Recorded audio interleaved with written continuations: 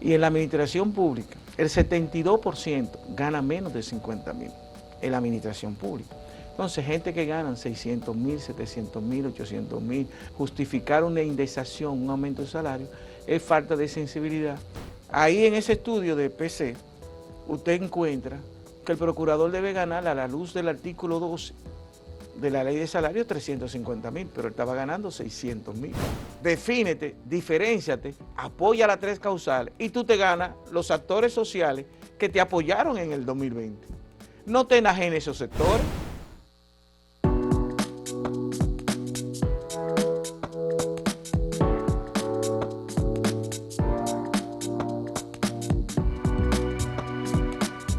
Saludos amigas, amigos, ustedes sintonizan Acento TV y este es su espacio a partir de ahora. Bueno, hoy tenemos al profesor Cándido Mercedes, sociólogo, analista político, que ustedes saben que es un habitual en esta casa.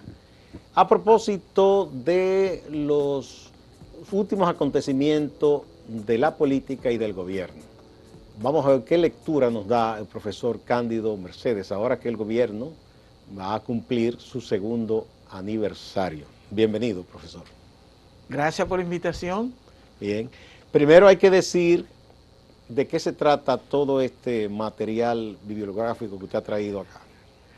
No, eso es a propósito de que se está hablando mucho de los aumentos que se hicieron en la industria eléctrica, en la superintendencia de bancos, y darle una explicación a la gente de qué es lo que está pasando y de lo que estaba pasando. Por ejemplo, República Dominicana tiene una ley de salario 105-3 que fue aprobada el 13 de agosto del 2012, pero Danilo Medina la promulga un año después, en agosto del 2013. Esa ley demandaba un reglamento, a más tardar a los 6 meses. Todavía ese reglamento no ha salido. Ahora es que el ministro de Administración Pública dice que lo va a depositar próximamente, en los próximos días, al consultor jurídico. Y tenemos que subrayar cómo en Dominicana la gente como que olvida tan pronto. Esos dos aumentos que se hicieron en la industria eléctrica, como dijo el presidente Abinader, es imprudente. Es imprudente porque en República Dominicana solo el 11% de la población dominicana que trabaja gana más de 50,000 pesos. Y en la administración pública, el 72% gana menos de 50,000 en la administración pública. Entonces, gente que ganan 600,000, 700,000, 800,000, 999,000, justificar una indexación, un aumento de salario, es falta de sensibilidad en medio de... Y falta de tacto político. Y tacto político. Aunque sea legal, no es prudente. No, porque no todo lo legal es legítimo. Exacto. No es ético. Exactamente. Por el momento. Entonces, estuvo muy mal. Ahora bien, cuando usted mira ese estudio que hizo Participación Ciudadana de los salarios, aquello da grima. ¿Cómo era que se hacía? Y entonces hay actores políticos hoy que creen que pueden seguir cimentándose sobre la práctica política de ayer. Y hoy la sociedad, justo de decirlo, hay matices en la sociedad dominicana que nos indican que la sociedad está cambiando. Y que reclama más. Y que reclama más. Lo que le dejó pasar a otros no se lo dejará pasar a los que están ahora. Exacto. Pero no es que los otros no lo hicieron de manera más perversa. Por ejemplo, ahí en ese estudio de PC, usted encuentra que el procurador debe ganar a la luz del artículo 12 de la ley de salario 350,000, pero él estaba ganando 600,000. En el Ministerio de Obras Públicas habían 31 funcionarios ganando más de 400,000 pesos y el ministro de Obras Públicas gana 300,000 y eso rompe con el principio de la ley de salario que es la jerarquía salarial. Claro, se supone que a mayor responsabilidad e importancia del puesto debe ganar más. ¿Ve? Bueno, entonces todo eso se estaba dando. Pues entonces eso está ahí, eso está en línea en el portal de Participación Ciudadana, pero también hemos publicado muchas de esas cosas y vamos a reseñar, porque es importante también que la gente tome esas cosas en cuenta, ¿verdad? Exacto. Bien, pasemos entonces a la materia de la política pura y dura. Se acercan 2 años, ¿verdad? ¿Cómo usted lee la decisión que ha tomado el presidente de empezar a hacer cambios de funcionarios. Hay cambios que se veían venir. Por ejemplo, el ministro de Educación, se veían venir y tomó la decisión, y qué bueno que la haya tomado la decisión. ¿Por qué usted entiende que es positiva? Porque primero los actores que designó. Nadie puede negar que Ángel Hernández Castillo es doctor en educación por una universidad de Francia. También, Fulcar es un... Por una universidad de Francia, sí. Pero además tú puedes tener un PhD. Hay gente que yo he visto que tienen 3 PhD y en su práctica social desdice mucho de lo que se supone que es un PhD. Entonces, Ángel tiene ese prestigio académico y es bueno, pero además te pone un viceministro que era a la sazón embajador en Colombia, que también tiene un aura muy positiva. Julio Cordero. Julio Cordero Espaillá, que demostró su capacidad gerencial cuando fue viceministro en el periodo de que doña Milagros fue la ministra de Educación. Entonces, eso es bueno. Otro punto que se eleva es con el cambio del director de migración. A mí me enseñó una señora que el que se pasa es como el que no llega. Y entonces, él se pasaba en el desconocimiento de la ley de migración, en unos casos, y en otros hacía abuso de poder. Y entonces la gente no estaba mirando. El nuevo director, el señor Venancio, ¿usted lo conoce? ¿Tiene aval en materia migratoria? No lo conozco, lo que vi recientemente fue que él está pensionado desde el 2006, pero estaba trabajando en aduanas. Es un servidor público que volvió a trabajar al Estado. Sí, pero todo indica que no había paralizado su pensión, y la ley 105-13 en su artículo 26 obliga que tú tienes que paralizar tu pensión hasta tanto te actives. Entonces sería algo que él debe transparentar. Hizo facto, él debe transparentar eso, porque si no va a haber, van a criticarlo. E incluso él puede paralizar esa y que le readecúen la pensión, que es de 45,000 pesos, 46,000 pesos, a la luz de su práctica laboral actual. Sí, que ya tiene función de director. De director. No conozco el perfil de Venancio, pero es probable que el presidente se lo recomendaron porque la persona... Pero la gente ultra, ¿verdad? Ultraderechista no está contenta porque esa gente aplaudía mucho lo que hacía García ahí en migración. Bueno, entonces la búsqueda del equilibrio, el equilibrio es... Sí, cuando yo veo que la ultraderecha está criticando, es porque esa persona entonces tiene el aval para hacer la cosa correcta. Y ellos no les importa, porque ahí es que ellos pierden la autoridad moral, esos sectores ultranacionalistas. Porque a ellos no les importa si el incumbente está violando o no la ley. Es que hagan cosas que vayan en detrimento. Que ellos entienden que son positivas, pero que no lo son. Pero que bueno. No lo son. No, porque es que nadie debe irse. Es como cuando una gente me habla que es de Dios, y va a la iglesia, y de buenas a primeras ve con buenos ojos actitudes así. Se maltratan a la persona y que lo discriminen porque sea emigrante, porque sea gay, porque... exacto. Entonces yo no entiendo ese amor de Dios ahí, pero bueno.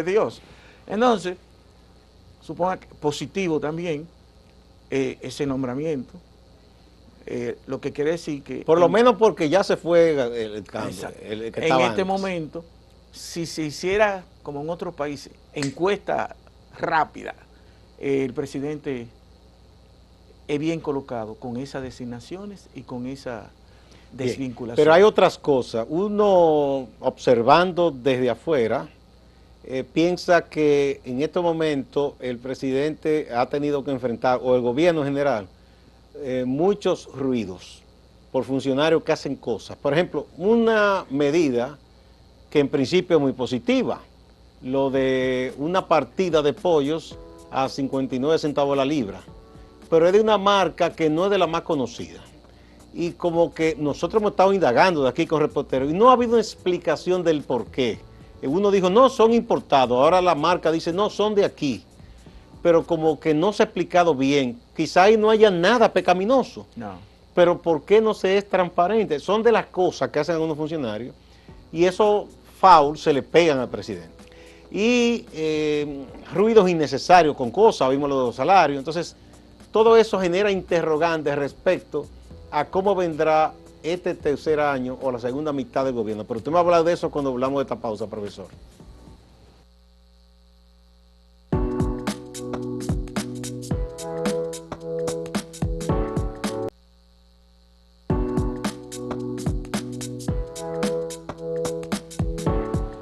Bueno, usted además de politólogo y sociólogo, a usted le encanta el béisbol. Usted recuerda que en béisbol dicen un prospecto excelente, le firma un contrato millonario y viene el maleficio del segundo año. Sí.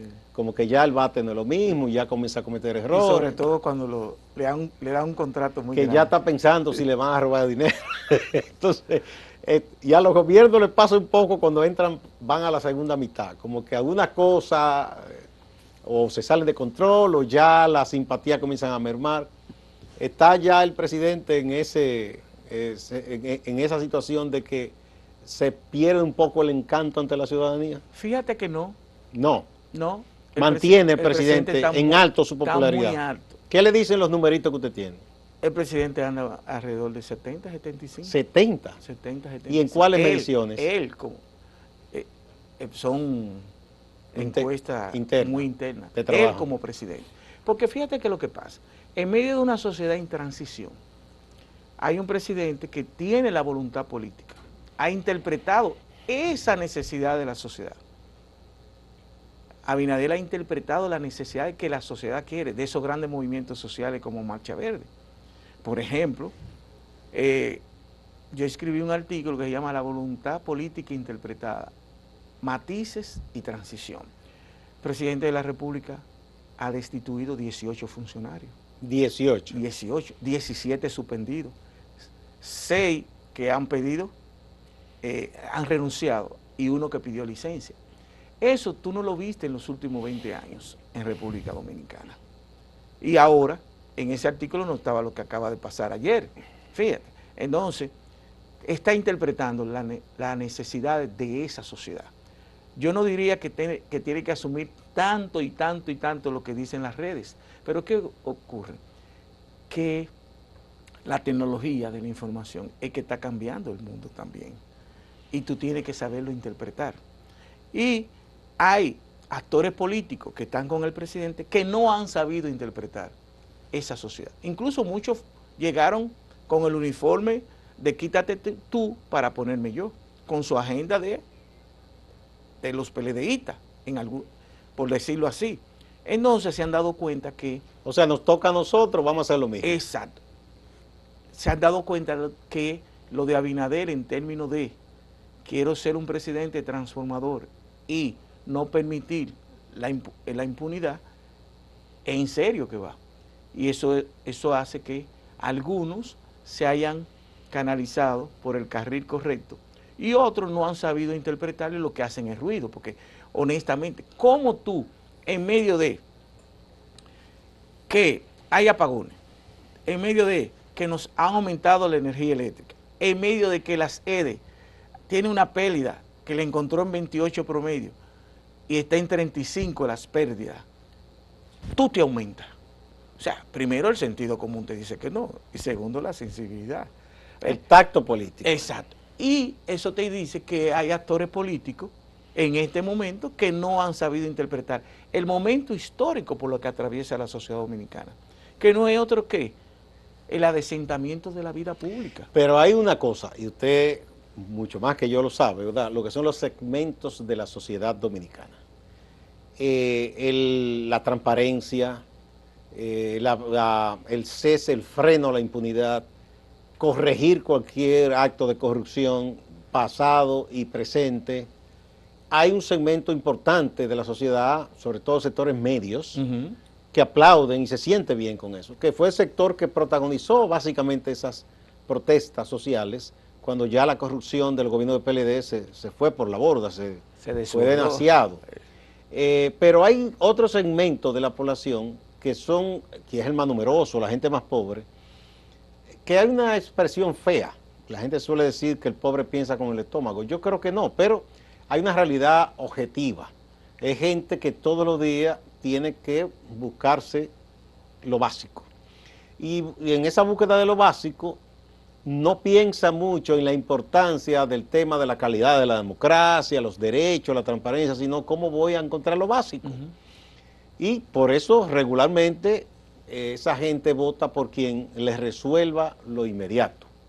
Entonces ese segmento se está quejando por los altos precios de la canasta básica, no por culpa del gobierno, nadie puede decir, porque hay una situación mundial. Exacto. Pero el problema es que la gente, por más que se le explique, se enoja con eso. ¿Cómo el presidente puede lidiar con ese desafío? Ese es el papel de esa masa crítica, que son los académicos, los intelectuales, ustedes los periodistas y los comunicadores. Porque estamos diciendo que tú tienes un gobierno que llega en los momentos más difíciles de la historia republicana, en medio de una pandemia increíble y luego la guerra de Rusia y Ucrania. Fíjate, como consecuencia de la pandemia, todos los países generaron un 40%, y hay estudios de eso, 40% para neutralizar los desafíos y efectos que ha producido la pandemia. ¿40% de qué? De todos los gastos que han originado esos países. Que tuvieron que, digamos, incrementar gastos. Exacto. Y el otro 40% también es una consecuencia de la pandemia, y la guerra de Rusia y Ucrania lo que han hecho es consolidar esa inflación. Pero todo eso ha sido fruto del COVID. Sí, el cierre de la economía primero. Exacto. Entonces, eso está ahí. Pero en República Dominicana, honestamente, porque yo trato de hacer mi tarea, yo no quisiera que nadie me diga, Cándido está sesgado, porque me daría mucho apuro como profesional. Hablo con personas que están fuera del país, extranjeros y dominicanos. Y en medio de esta crisis, los dominicanos hemos tenido, si tú quieres, vamos a ponerlo así, la suerte de que no estamos tan graves como otros países. Por ejemplo, en República Dominicana no hay desabastecimiento, siendo un país pobre y vulnerable. No, eso sí se está produciendo, y cuando hace falta se ha importado un alimento. Entonces eso te está hablando que tú tienes actores políticos que están actuando proactivamente. Tú tienes una oposición que hace esfuerzo por aprovechar parte de esa crisis. Suponte que es normal. Ese es el trabajo de la oposición. Ese es el trabajo de ellos, pero cuando están fuera, parte de esos opositores dicen que sí, que el problema del COVID, que el problema de la guerra ha afectado al mundo entero en términos inflacionarios. Cuando tú lo miras con optimismo, ya organismos internacionales como el FMI y el propio Banco Central te dice a ti que para el 2023 la inflación en República Dominicana va a entrar en el rango de meta de inflación 4%. Pero te está diciendo que en América Latina el crecimiento de la economía va a ser entre 1.8 y 2. República Dominicana va a ser 5. O sea, eso es para mí extraordinario, 5. Y en el 2023 otra vez entre 5 No, de y 6. hecho, todos esos datos de las cuentas nacionales han creado un buen ambiente para inversión extranjera, eso es verdad. Pero le digo, todavía esas son informaciones e insumos que nos gusta y que manejan los sectores medios, los académicos. Yo le estoy diciendo a la gente como llana de abajo. Esa gente no entiende eso. Sí, porque ese es el desafío de los PRMistas, que no lo está haciendo. Ah, bueno, el pacta a la labor política. Esa es la parte política de decirle, miren, esto es lo que hay, esto no se debe a Entonces, el PRM, que es el brazo político de gobierno, que se supone que debería ser el brazo político, no está haciendo esa tarea. No está haciendo su tarea. Porque la oposición sí la está haciendo. Sí lo está haciendo. Se está metiendo en los barrios diciendo, mire, estos no saben gobernar, mira cómo está la cosa, ellos son los culpables. Exacto. Pero uno sabe que ellos están aprovechando parte de esa crisis, pero los otros no están jugando su papel, que son los que están en el poder. Como partido. Como partido no lo están haciendo. No marchan a la misma velocidad, ni están sintonizando gobierno y partido. El presidente de la República y el PRM, la velocidad es totalmente distinta, de tal manera que en las encuestas se refleja. El presidente está muy por encima del partido, pero muy por encima, le lleva más de 20 puntos. Ya. Más de 20 en puntos. Esos numeritos que usted dijo que el presidente en algunos ronda 70%, y el PRM... El PRM está en 40, 42. 40. máximo. Bueno, casi está a la par con otro partido que anda por ahí. Bueno, vamos a la pausa y volvemos, profesor.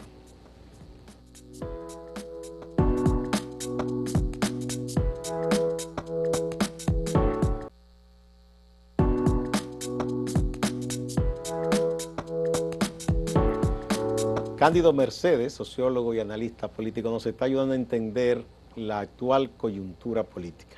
Entonces, ese es un riesgo que entonces tiene el gobierno y el presidente y el propio PRM, que si el partido es un partido medio anquilosado, medio aragán, pero además en béisbol, en política y boxeo, al que no da, le dan. le dan. Pero fíjate eso, es penoso que el PRM, que en su programa de gobierno estaba con las 3 causales, ahora reniega. Ahora mira, y entonces el PLD está reivindicando las 3 causales. Sí, yo he visto una joven PLDista muy inteligente que dijo, ella recriminó, dice, a todos los legisladores, pero qué bueno que ellos estén retomando eso cuando renegaron en un momento. Pero que además, mira que lo que pasa, el PRM, si finalmente aprueban el código sin las 3 causales, el PRM no ganó nada, porque ni se ganó los sectores de derecha, conservadores. Que eso es el encanto de ellos, Leonel. Exacto, ya ellos tienen su nicho, ¿verdad? Ajá. Y entonces, ni ganan ellos. Pierde a los liberales. Pierden los liberales. Entonces, defínete, diferénciate, apoya las 3 causales y tú te ganas los actores sociales que te apoyaron en el 2020. No te enajenes esos sectores, porque finalmente, si lo aprueban ahora, dentro de 1 año, 2 años, esos sectores de derecha ya se les va a olvidar, porque es que es inaudito que en el siglo XXI estemos discutiendo en una sociedad las 3 causales. Que hasta los países musulmanes aprobaron eso. Que es una transición de los sectores más radicales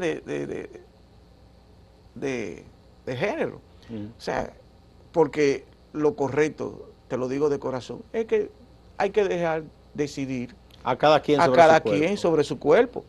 Claro, el Estado que ponga regulación hasta los 4 meses, hasta las 16 semanas, hasta las 14 semanas, pero deje que cada mujer decida con su cuerpo.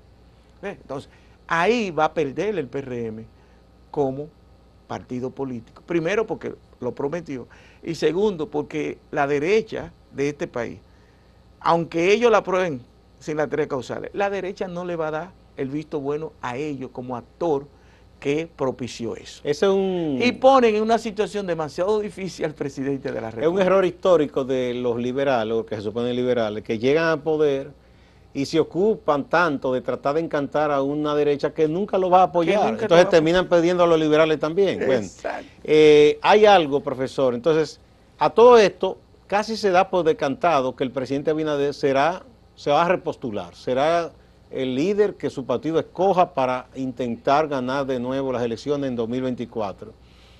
Esa, digamos, diferencia de sintonía entre el partido y el gobierno, o entre el partido y el presidente, no son piedras en ese camino, no son tropiezos que tendrá que enfrentar el presidente para tratar de volver a ganar. Sí, porque entonces el presidente tiene que coger los FAO, todos los FAO. Y la recta también. Y la recta y la curva. Y entonces en algún momento puede afectarlo más. Fíjate que él es prácticamente la figura que está en el epicentro, no así como una especie de división del trabajo. Ustedes encárguense de esto por aquí, que yo me encargo de esto por aquí. Él tiene que estar prácticamente en todo. De tal manera, vamos a ser honestos, que si hoy Abinader dice, no, mi familia dijo que no, que yo no debo ser candidato a la presidencia, el PRM pierde. Se le va a hacer muy difícil. No, pierde. Porque la ascendencia del PRM como partido ha disminuido significativamente. Entonces perdería. Es como también la sociedad dominicana tiene una situación difícil. Fíjate cómo, si ese candidato no va, ese partido pudiese perder automáticamente. Pero entonces tú tienes por el otro lado en la oposición la exacerbación del caudillismo en República Dominicana. ¿Quién? ¿Cómo así? Con Leonel Fernández. Ha construido un partido... Leonel es un caudillo exacerbado. Exacerbado. Fíjate que ese partido es Leonel. Ahí vos tenía la elegancia, siendo el líder indiscutible del PLD, cuando vos, acuérdate que vos eras candidato, pero siempre ponían 2 y 3 candidatos, ¿sí o no? Y él ganaba con 98%, 96%, pero se candidateaban 2 y 3. Supuestamente, como Balaguer, que ponían Exacto. uno que... Entonces, fíjate que Danilo Medina, para que la gente lo abucheara cuando proclamaban a en el Balaguer. 2016, exacto, en el 2016, Danilo no permitió, ahí no se permitió candidato, 2016. No, porque buscó la reelección y su partido lo apoyó, el comité político, Sí, que era que mandaba. pudo decir, van 2 candidatos más y él gana. No, no. Pero ahora en la fuerza del pueblo. Sí, suponte, uno no lo desea eso. Suponte que Leonel no pueda ir por lo que fuere. Ahí mismo, fuerza del pueblo. Pero él tiene otra figura, Omar, su hijo, que está proyectando. Imagínese. No. Entonces, pero bien, para esta última parte, para ya ir concluyendo. Esos segmentos de liberales que no están muy contentos con el gobierno, pero yo veo difícil que esa gente vote por el PLD o Leonel. Lo más que pudiera ocurrir aquí sería una gran abstención. Si se produce en un escenario de una gran abstención, ¿a cuál de las fuerzas le beneficiaría eso? Fíjate, suponte que un polo alternativo de izquierda se propicie. Desde el punto de vista sociológico, si esos alternativos quisieran el asentamiento de la vida pública y el desarrollo del Estado de Derecho, deberían propiciar ese polo en función de negociar puestos en el que ellos, por ejemplo, diputados, senadores, porque no tienen la más mínima posibilidad, y lo que harían es posibilitar que la brecha de los sectores del pasado vuelvan, se le amplíe más. Se le amplíe más. Entonces, tienen que tratar de desarrollar un polo alternativo de diferenciación, pero que al mismo tiempo eso no propicie el campo de posibilidad de los sectores más conservadores y menos institucionales de República Dominicana. Mientras tú no estés seguro de que aquel tiene todas las posibilidades, tú no puedes empujar para que el sector más conservador del pasado llegue al poder. Muchas gracias, profesor Cándido Mercedes. Vamos a ver, muchas cosas están ocurriendo, vamos a ver cómo siguen estos días, de aquí al 16 de agosto, y qué dirá también, o qué hará el presidente. No está obligado a pronunciar un discurso, tal vez lo hace, pero no es obligación los 16, sino los 27. Y cuáles cambios también podría hacer en su gobierno. A ustedes también gracias, amigas y amigos, no se vayan, que hay más en Acento TV y Acento Portal.